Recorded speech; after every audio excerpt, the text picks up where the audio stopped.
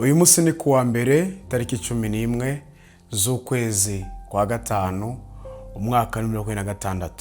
Umugambi w'Imana ku buzima bwawe.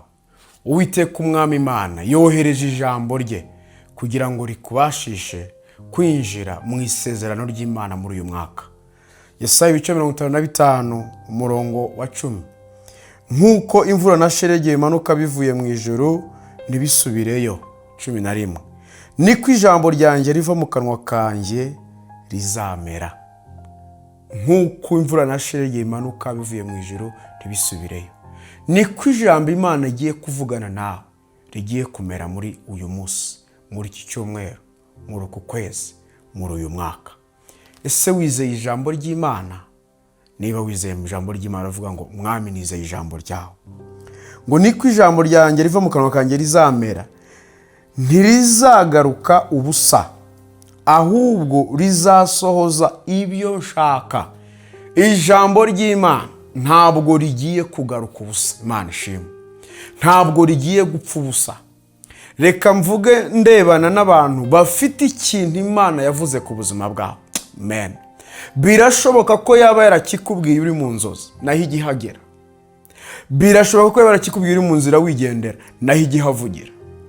Birashoboka ko yaba yarakikubwiye uri kumwe n'abantu muhuye ubwa mbere mutanamenyeranye naho igihavugira. Birashoboka ko yaba yarakivuze uri mu ntege nke cyane ku buryo uvuga ubu ni Imana imbwiye ibi, kimbwiye ibyiza mu gihe nabonaga ndi mu ntege nke, naho Imana igihavugira. Imana ishimwe cyane. Iri jambo Imana intumye kukubwira mwene data, wowe ukurikiye ijambo ry'umunsi, birashoboka ko Imana yararikubwiye uri mu bihe byo gusenga ikagutumaho umugaragu wayo, cyangwa se ukumva ijwi ry'Imana usoma ibyanditswe byera. Izo nzira zose n'izindi ntavuze Uwiteka umwami Imana ajya azinyuramo, ajya azivugiramo, ajya azitegekeramo. Niba hari umuntu utunze kuruta abandi muri iki gihe, ni umuntu utunze nzay'Imana, imvugo y'Imana, icyo Imana yavuze. Imyaka yishyize hejuru ku buzima bwa Aburahamu na Sara, ibishongoraho, ibiyemeraho, ibumvisha ko bageze muri menopause, ibumvisha ko kubyara bitagikunda, ibumvisha ko iby'Imana yavuze byaheze, ariko ntibari bazi ko ijambo ry'Imana rirusha imbaraga imyaka. Ijambo ry'Imana rirusha imbaraga igihe umaze muri icyo kigeragezo. Ntabwo ibyo bintu umaze igihe ucamo birusha imbaraga ijambo ry'Imana. Igihe batangiye gutekereza ku cy'Imana yavuganye nabo, ngo igihe Sara yatekereje ko yasezeranyije ariyo kwizerwa, Imana ishimwe, rya jambo ry'Imana ryaramanutse ryambika imbaraga umubiri wa Sara. Sara ava mu myaka yo gucura, Sara ava mu myaka yo kudasama. Ufata umubiri wa Aburahamu ngo wari warakonje, waraguye, ngo riwuhereza imbaraga urongera umubiri. Barangije isezerano riruzura. Ndavugana n'abantu gusa bafite ikintu Imana yavuze ku buzima bwabo. Niba kandi ntacyo uzi neza yavuze ku buzima bwawe, fata ibi ngibi, ni Imana iri kuvugana nawe. Ntabwo Satani yakubwira ibi ngibi, nta mpuhwe yakugirira zo kukubwira amagambo nk'aya ngaya. Ngo niko ijambo ry'Imana ritazasubirayo. Ntabwo riri buze kurangira gutyo gusa. Ntabwo ibintu Imana yavuze biza kurangira mu migani, mu magambo, mu bwenge bw'abantu. Ntabwo riri buze kurushwa imbaraga n'igitutu kibikugendaho, n'igitutu kibikuvugisha, n'igitutu kibikurotesha inzozi zikubwira ngo urapfuye, turashize, ndabigenza ute? Cyangwa se wenda ufite uko wanabigenza, ariko iyo uri kubigenza uko ufite wabigenza, uba wumva bituzuye, ushakamo teste y'ubumana ukayibura. Ijambo ry'Imana riramanutse ku buzima bwawe. Haleluya! Ijambo ry'Uwiteka Imana ngo rizasohoza ibyo nshaka, rizashobora gukora icyo naritumye. Burya Imana ntiyavuga n'umuntu ikintu idafite ikintu ishaka umuteguramo. Abantu Imana ibizakorana ibintu bikomeye, ibanza kubategura mu magambo yayo. Imana ishimwe. Abantu Imana ibizageza ku rwego rukomeye, itangira iganira nabo. Ntabwo Imana itangira ikora, itangira ivuga. No mu kuremwa kw'isi, creation y'Imonde dutuyeho niko yagenze. Imana yatangiye ivuga, ntabwo yatangiye ikora, yarabanje iravuga. ivuze habaho. Niba ufite imvugo y'Imana, kubaho biri mu biganza byawe. Niba ufite ikintu Imana yavuze ku buzima bwawe, kunesha ni umwambaro wambaye. Niba ufite ikintu Uwiteka Imana yakongoreye rimwe, noneho bikarenga rimwe bikaba kabiri, uri umutunzi kurusha abandi. Abantu bashobora kukureba ntibamenye ubutunzi bukurimo, si na ngombwa ko babumenya. Bareke babe bizi n'abagaragara nk'abatunzi b'isi, ariko ari abatindinya kujya. Iby'agaciro gihe cyawe nikigera bikagera, uzaba uw'agaciro. Bika ijambo ry'Imana, gumana imvugo y'Imana, gumana icyo Uwiteka yakuvuzeho, ntabwo uzigira ugihombana. Abantu bafite amasitasiyo ya esanse, ibiciro byazamuka byamanuka ntibajya bahomba. Bika, komeza ubike ijambo ry'Imana. Ibihe byaba bibi byaba byiza ntibajya bahomba. Igiciro cy'idolari ntigiye gipfa kumanuka, gihora kizamuka. Ubu umuntu wese arimo gushaka uburyo yatunga idolari ry'Amerika kuko rifite agaciro kuruta andi mafaranga menshi tuzi. Ariko rero ijambo ry'Imana ndi kubabwira ryo rifite agaciro kuruta ibyo bintu byose mbabwiye haruguru byaba bikorwa. Zaburi y'107 umurongo wa 20, umva ukuntu umwami avuganye nawe. Ngakohereza ijambo rye akabakiza indwara, akabakiza kwinjira mu mva zabo. Mana ishimwe. Haleluya, haleluya bakunzi b'Imana. Imana yo yohereje ijambo ryayo turakira. Imana yohereje ijambo ryayo turahindurwa. Imana yohereje ijambo ryayo turabohorwa. Imana yohereje ijambo ryayo ubuzima bwacu burahinduka. Imana yohereje ijambo ryayo ibyari bituremereye bivaho. Imana yohereje ijambo ryayo amarira avaho. Imana yohereje ijambo ryayo kimwaro kituvaho. Imana yohereje ijambo ryayo indwara zirasenyuka. Imana yohereje ijambo ryayo karande ziracika. Imana yohereje ijambo ryayo ubugumba buragenda. Imana yohereje ijambo ryayo abatareba barareba. Imana yohereje ijambo ryayo abari ku marembo y'urupfu bongererwa imyaka yo kubaho. Ijambo ry'Imana ryageze kuri Hezekiya ngo Yesaya amaze kumubwira ngo tegeka ibyawe igihe cyo gutaha kirageze. Haleluya, haleluya. Ngo rangije ngo yerekere iravuga ngo Mana ibuka. Nawe asubiza Imana mu ijambo, abwiye Imana ngo ibuka, Imana iribuka. Irangira iravuga ngo yego ibyo uvuze birumvikana. Ihita ibwira Yesaya ngo utaragera mu rugo subirayo. Subirayo umubwire ngo nongeyeho igihe cyo kubaho. Genda umubwire ngo nongereye. Mana ishimwe, igitanga ubuzima mu ijambo. Iyo twumva ijambo tubaho, iyo twumva ijambo turahinduka, iyo twumva ijambo twakira ubutsinzi. Bibiliya y'Icyongereza rero yo ntabwo ivuga ngo rikadukiza kwinjira mu mva. Rivuga ngo He delivered them from their distractions. Imana irabakiza ikabakura muri distraction, mu byari bibabangamiye. Sinzi ibintu bikubangamiye. Ntabwo ridukiza kujya mu mva gusa, rinadukiza muri distraction. Bya bintu bishobora guhagarika umutima, bigatwara ibitotsi, bigatwara amahoro, bigatwara umunezero, bigatwara agaciro kawe, bigatwara imbaraga zawe, bigatwara ubutunzi bwawe, bigatwara icyubahiro cyawe. Iyi Imana yohereje ijambo risenyagura any kind of distraction umwanzi yaba yarazanye mu buzima bwawe. Ndabibona bigwa mu buzima bwawe, ndabibona bitakaza agaciro, ndabibona bivumwa, ndabibona bitakaza ubutware, ndabibona bihungira kure y'ubuzima bwawe. Ngo Yesu yahuye n'umuntu wari utewe n'abadayimoni, arangiza aravuga ngo dayimoni aravuga ngo reka tumuvemo duhunge, kuko hari haje jambo. Haleluya. Jambo yarageze ahantu umuntu ari kandi arwaye, kandi umuntu yagombaga gukira, umuntu yagomba kubohoka. Ngo abadayimoni baravuga ngo none reka duhunge tumuvemo tujye gushaka ahandi hantu tujya. Y'ijambo ry'Imana ritugezemo hari ibintu bituvaho, hari imigozi gituvaho. Haleluya. Hari ibintu bijya biturekura. Alema.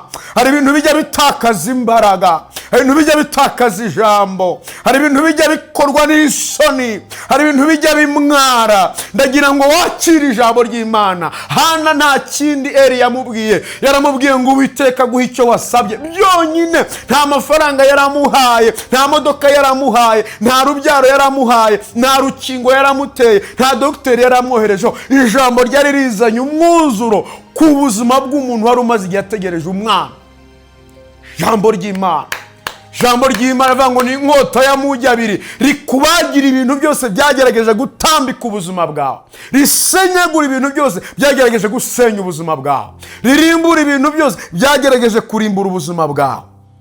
Ijambo ry'Imana ariko ijambo ryawe rikankomeza umutima, mwami wanjye Yesu uri ngabinkingira, mwami wanjye Yesu uri ngabinkingira, ungosi imbere n'inyuma singikangwa na Satani, ungosi imbere n'inyuma singikangwa na Satani. Ubwoba nibushire ubwoba nibushire. Amajwi yakongoreraga gusuma kw'amazi menshi, umuraba w'inyanja, ijambo ry'Imana ribiri hejuru. Mbere na mbere hariho jambo yahoranye n'Imana, kandi ijambo yari Imana. Mu byaremwe byose nta na kimwe kitaremwe nawe. Uwo niwe ndi kukubwira. Iyo mvuga ijambo mvuga Imana. Ijambo ni Imana ubwayo himself. Imana iguhaye ijambo ibikwihaye. Imana iguhaye ikintu kivuye kuri ibikwihaye. Umubyeyi yaguha umutungo ukagushirana, yaguha umugabane ugashira, umwarimu kwigisha yakwigisha isomo, wagera ku isoko ry'umurimo ntaba ari ryo rikubeshaho, cyangwa se ugasanga ntukenewe mu bantu bari bakenewe, abantu wari ukeneye kubikoresha. Ariko Imana ijambo yaguhaye ryizirikeho, rigumane. Undi mugabo yaranditse ngo ntegereza Uwiteka umutima wanjye urategereza, kandi ijambo rye niryo niringira. Wiringira ijambo ry'Imana. Kura amaso yawe ku bindi bintu byose. Tegereza Uwiteka. Uwiteka araje. Abantu twatangiranye uku kwezi kwa gatanu muri message y'umunsi ku itariki ya mbere May, umwuka yaratubwiye ngo uku ni ukwezi ko kongera kubakwa, ni ukwezi ko kongera gusanwa, ni ukwezi ko kongera kubaho. Ezekiel 3:7 yerekwa ry'amagufa yumye. Imana igiye kongera ireme, Imana igiye kongera ibesheho, Imana igiye kongera itegeke, Imana igiye kongera izamura intambwe z'ibirenge byawe bigera ahandi hantu handi utatekereza ko wabasha kugera. Yohereza ijambo rye akabiyagisha. Iyo ni Zaburi 147:8. Imana yohereza ijambo rya riyagisha ibyo bintu byose biri imbere yawe. Niriyagisha ibyo bintu byose. Ntabwo mbizi ariko wabyizera, wabikunda, wabyemera. Ijambo ry'Imana riyagisha imisozi iri imbere yacu, riyagisha indwara ikabura. Twarwaye indwara baratubwira ngo izo ndwara ntabwo zakira, ariko ijambo ry'Imana ritugezemo rirabiyagisha. Twazahajwe n'imyuka myinshi itandukanye, ijambo ry'Imana ritugezeho rirabiyagisha. Kavuga ngo ahantu hari ukubaho kw'ijambo ry'Imana hajya hatakaza kubaho kw'abadayimoni, kubaho k'umwanzi, kubaho kw'imigambi ya Satani. Umuntu ry'ijambo ry'Imana buri munsi tuzamuhangare. Niba umuntu ashaka kubyuka mu gitondo avuga ngo ndashaka kumva icyo Imana yavuganye nanjye, akabikora ku wa mbere, akabikora ku wa kabiri, akabikora ku wa gatatu, akabikora ku wa kane, uwo muntu ntuzamuhangare. Noneho yarangiza akaryizera, akaryatura, akarisengeramo, nta gisasu gikomeye kuruta icyo ngicyo. Bimwe mu bibazo Iran ifitanye na Amerika, irimo gushaka gukora bombe atomique, intwaro za kirimbuzi, kandi Amerika irashaka gukomeza kugira pouvoir yuko ari ifite izo ntwaro za kirimbuzi kugira ngo iyobore isi yose. Ntishaka ko n'umuntu ugira intwaro nk'izayo. Kandi Iran irashaka kugira intwaro nayo kugira ngo igire ubwo butware, igire ubwo bubasha, igire izo mbaraga, yinjire mu bihugu bikomeye by'ibihangange ku isi. Ariko ijambo mbabwira rirusha imbaraga intwaro za Amerika, rirusha imbaraga intwaro Iran ishaka kurema, ryo rirasenya, rikamenagura, rigakubita hasi. Paul yaravuze mu Bakorinto, aravuga ngo intwaro zacu ntabwo ari nk'iz'abantu. Umuntu yakurashisha bombe atomique, ariko Imana yamurashisha ijambo ryayo mu kanwa kawe. Usenga, uramya Imana, uhimbaza Imana, uvuga imirimo y'Imana, uvuga imbaraga z'Imana, uvuga gukomera kw'Imana, uvuga ubushobozi bw'Imana. Hari ibisasu bijya bisohoka mu kanwa kacu. Haleluya. Hari ubutware bujya busohoka ku rurimi rwacu. Haleluya. Hari ubwiza bujya butubaho. Haleluya. Bukatwambutsa, bukaturengera, bukadutsindishiriza, bukaducira inzira ahatari inzira. Iryo jambo ry'Imana rero rifite imbaraga zo gukora ibyo bintu byose. Haleluya. Yesu ashimwe cyane. Yesaya 55:9 haravuga nk'uko ijuru risumba isi niko inzira zanjye zisumba izanyu. Imana ifite uburyo bwinshi yakoresha ijambo waryizeye rikazana igisubizo ushaka. Ndagira ngo dusengane muri aka kanya, vuge ngo mwami ndagushima ko wampaye kumenya ijambo ryawe, ndagushima ko ndi mu bacunguwe n'ijambo ryawe, ndagushima ko ndi mu bagezweho n'ingaruka nziza y'ijambo ryawe, ndagushima ko rituye muri nge rinaniza ibindi bintu bindwanya. Haleluya, haleluya. Ushaka kuba mu idini ugapfiramo, ushaka kuvukana n'abantu bakijijwe ukabagwamo, ushaka kubyarwa n'abakozi Imana ukabagwamo, ushaka kuvugira muri kandi ukazigwamo, ariko ntiwagwa mu ijambo ry'Imana. Ijambo ry'Imana rigenda riturestora, ritubeshaho, ritubeshaho, ritubeshaho, rikadukiza destruction, rikadukiza kurimbuka, rikadukiza kugubwa nabi. Uyu munsi watuza akanwa kanyu uti mwami Yesu ndagushima ko wampaye ijambo ryawe. Ijambo ry'Imana ribyara bya bibazo byose wumva ufite wasengera, ijambo ry'Imana rirabihindura. Ijambo ry'Imana rirabihindura. Umugabo umwe twarasenganye, bari bamaze kwemeza neza cyane rwose ko bari buteze cyamunara inzu yiwe. Arangije arampamagara arambwira ngo mushumba ndagushaka. Ndihuta cyane, icyo gihe nateze akamoto, ndirukanka mugeraho ndavuga umuntu umpamagaye ari kurira, byanga bikunda ashobora kuba agize ikibazo, madamu se afite ikibazo, abana se afite ikibazo. Ndagenda nyine nk'uhuruye nk'izindi ambirasi zose, nanjye narambirasi y'ijuru igiye. Ndagenda nshyitseyo mbona abantu bazengurutse igipangu cyiza Imana yari yamuhaye. Imana yari imaze igivuganye natwe uti nguhaye inzu, kandi iyi nzu nguhaye uzacumbikira benshi. Yari inzu nini cyane, nziza, ndende, igeretse nka 3. Yari inzu nziza cyane rwose. Hanyuma mbona abantu baje gutera cyamunara yanzu. Arambwira uti mushumba dore yanzu Imana yambwiye ndabona yisubije. Ndambwira uti hoya, ntabwo Imana yisubije, yiguhaye ibiguhaye. Ikibazo nyine dufite abantu babonye ibintu bakoresheje tekinike, ariko babishyira muri tekinike yuko ari Imana bibahaye. Ariko ubundi Imana iguhaye iguhaye, ariko kubiguhaye niba biguhaye bivuye ku Mana birindishwa kubana n'Imana biguhaye. Ntabwo umuntu yaguha ikintu cyiza agikungahayeho wowe agiye kugutungisha ngo umwikureho, umute, umureke ujye ku bandi bantu ngo akomeze kugufasha no mu gihe cya kintu cyaba gifite ikibazo. Imana iduha ibintu twamara kubigira byamara kugira mu ntoki zacu tukayikwepa, tukajya ku ruhande, tukajya mu tundi dutekinike. Imana izabikurinde kuzabona promotion, kuzabona position yo hejuru. Nurangiza iyo position uyikoreshe wiramya, cyangwa se uramya abawe, uramya n'abayiguhaye kuruta uko waramya umwami wayiguhaye. Uyu mugabo w'Imana rero yambwira uti ntoya, ntabwo Imana yisubije, ndumva hari icyo Umwuka Wera ambwiye. Nabanje kumva mbaye nk'umuntu ugize akantu k'ubwoba mu mubiri, numva wagira ngo sinzi ukuntu mbaye, numva nanjye mfashwe n'umwuka wo kumva ko bagiye guteza inzu, numva ijwi rimbwira ngo mubwire ngo inzu ahubwo nibwo nyimuhaye. Ariko Imana yacu irakomeye cyane, ikora imirimo ikagaragara, si nk'ibigirwamana ibitavuga n'ibyumve.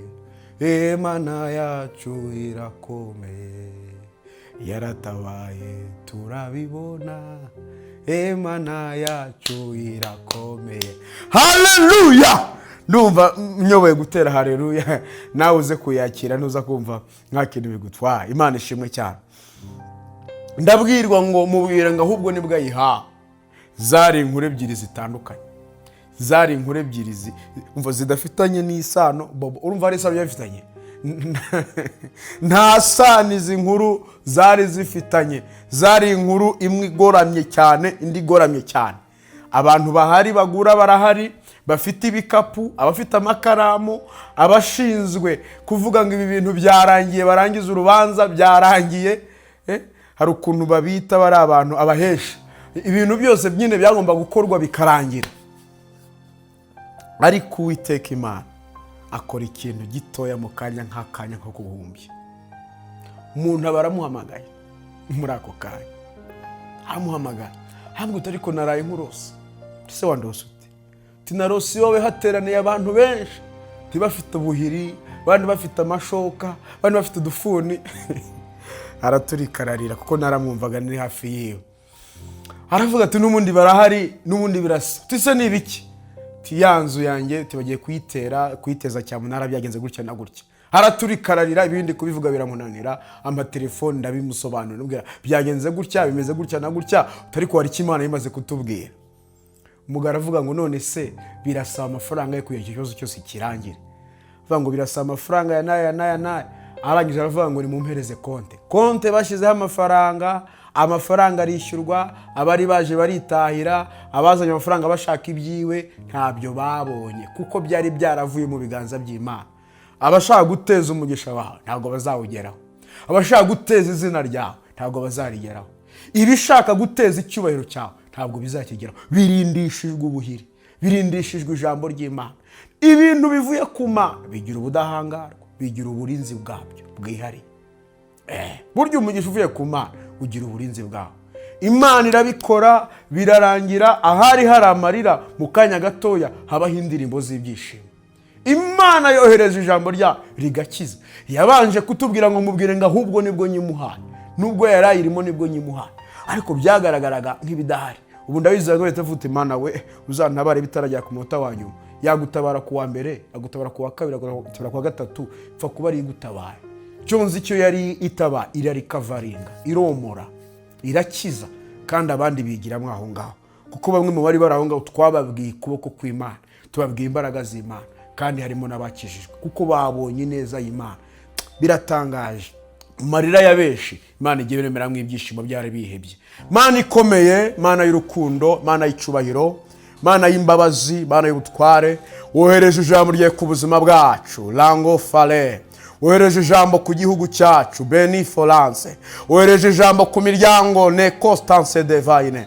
Wohereje ijambo ryawe ku bagabo, abagore, abakobwa, abasore, menitaini fosansi dime. Shkerihiri davansa blado da revani menefo. Jenatai devazova. Ijambo ryawe ntiritsindwa, ntirihusha, ntirinanirwa. Nati umugisha ku bakunzi ba message y'umunsi. Aho bari hose bagubwe neza, babone umugisha uva mu ijambo ryawe, babone restauration, babone gukizwa distraction yose umwanzi yateye ku buzima bwabo, mu izina ry'Umwami Yesu Kristo. Amen.